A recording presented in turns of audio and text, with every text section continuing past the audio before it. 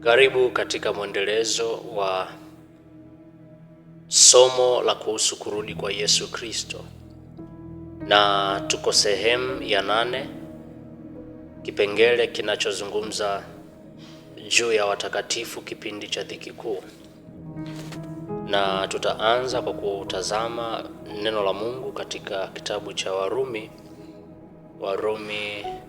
sura ya 9. Kitabu cha Warumi sura ya 9 mstari wa 29. Mstari wa 29. Biblia inasema, tena kama Isaya alivyotangulia kunena, kama Bwana wa majeshi asingalituachia uzao, tungalikuwa kama Sodoma, tungalifananishwa na Gomora. Lakini pia unaona Mtume Paulo akizungumza juu ya masalia, juu ya uzao utakaobaki ndani ya taifa la Israeli.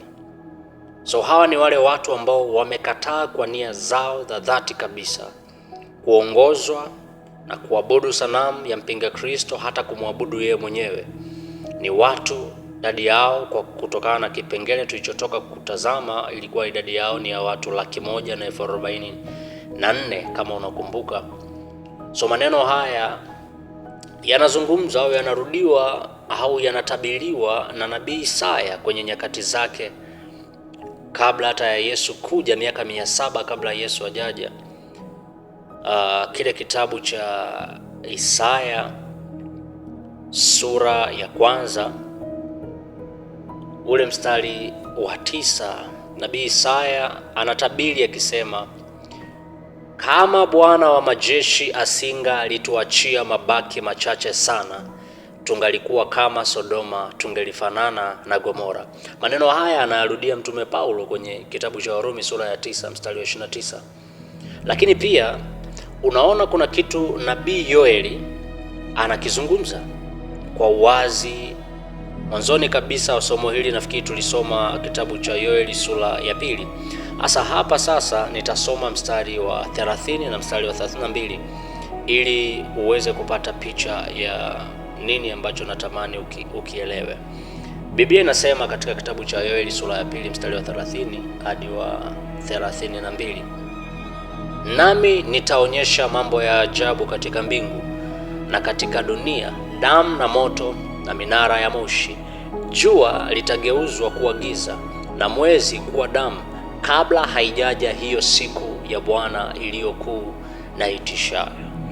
Na anaendelea kusema 32, na itakuwa ya kwamba mtu awaye yote atakayeliitia jina la Bwana ataponywa, kwa kuwa katika mlima Sayuni na katika Yerusalemu watakuwako watu watakaookoka, kama Bwana alivyosema, na katika mabaki hao awaitao Bwana.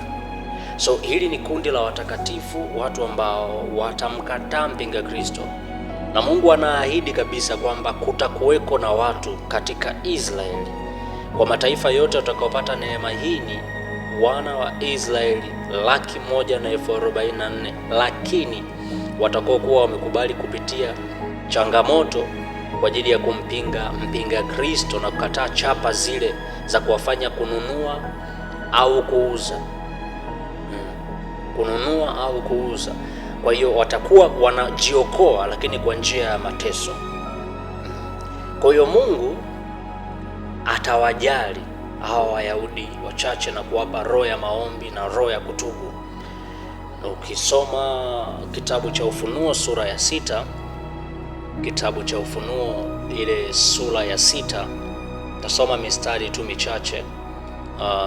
Ule mstari wa 9 na wa 11 hadi wa 11, Biblia inasema, na alipofungua muhuri wa 5, nikaona chini ya madhabahu roho zao waliochinjwa kwa ajili ya neno la Mungu na kwa ajili ya ushuhuda waliokuwa nao, wakalia kwa sauti kuu wakisema, Mola mtakatifu mwenye kweli, hata lini kutokuhukumu wala kuipatia haki damu yetu kwa hao wakao juu ya nchi?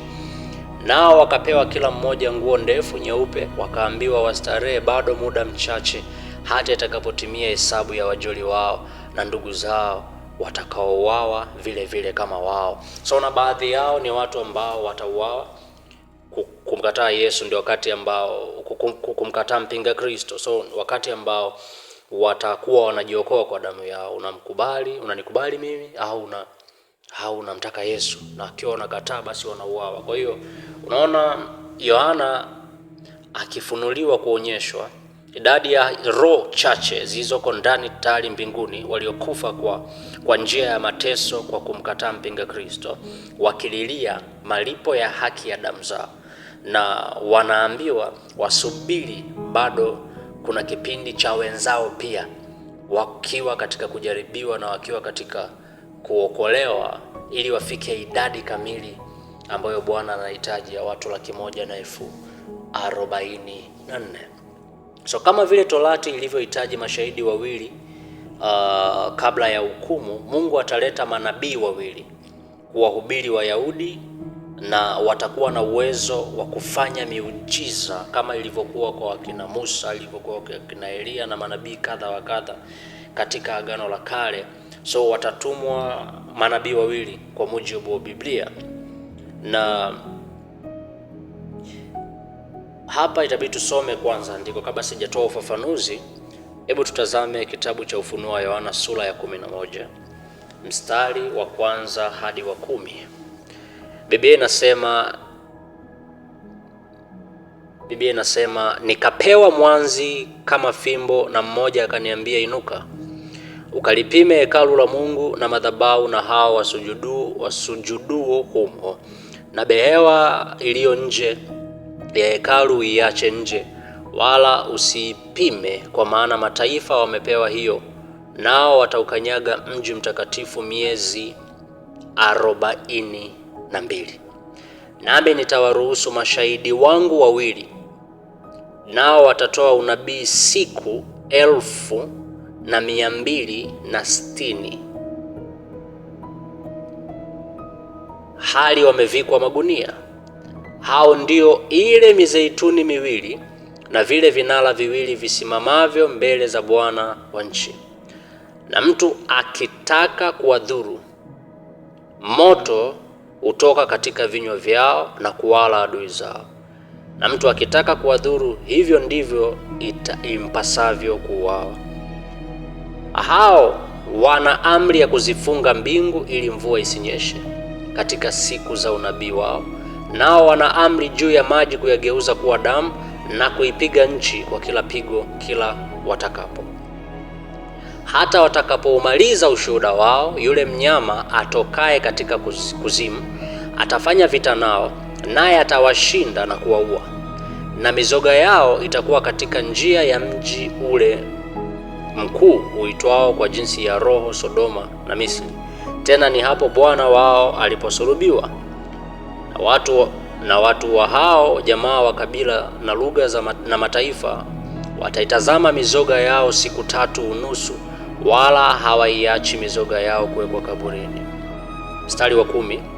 Nao wakaao juu ya nchi wafurahi juu yao na kushangilia, nao watapelekeana zawadi wao kwa wao, kwa kuwa manabii hao wawili waliwatesa wao wakaao juu ya nchi. Na baada ya siku hizo 3 roho ya uhai itokayo kwa Mungu itawaingia, wakasimama juu ya miguu yao, na hofu kuu ikawaingia watu waliowatazama. Wakasikia sauti kutoka mbinguni ikiwaambia, pandeni hata huku. Wakapanda mbinguni katika wingu adui zao wakiwatazama. So unaona hawa manabii wawili Mungu atawaleta kwa ajili ya kuleta ushuhuda wa kuhubiri na kuambia watu kumkubali Mungu, kitu ambacho hawatakifanya. Utafanya namna ya kuwapinga au kupigana nao watakuwa na miujiza mikubwa, watakuwa wanawashinda. Na Biblia inasema watatoa unabii kwa siku 1260.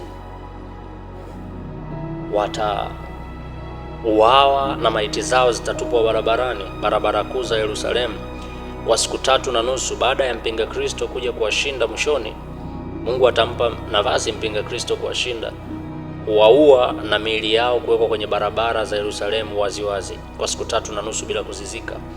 Lakini Biblia inasema Mungu anawafufua tena, atawafufua, na atakapowafufua watafanya muujiza. Atafanya muujiza. Ukiendelea kusoma mstari wa 13 inaelezea vile ambavyo watawaua watu 7,000 kwa tetemeko. Mungu atawafufua, alafu wataua watu 7,000 kwa tetemeko la nchi, kisha atawafanya wapae, atawavuta kuwapaisha kwenda mbinguni. Ukisoma mstari wa 13 Biblia inasema, na katika saa ile palikuwa na tetemeko kuu la nchi, na sehemu ya 10 ya mji ikaanguka, wanadamu 7,000 wakauawa katika tetemeko lile, na waliosalia wakaingiwa na hofu, wakamtukuza Mungu wa mbingu. So hii ni sehemu ya 8 ya ujumbe kuhusu kurudi kwa Yesu Kristo. Fatana nami katika sehemu inayofuata.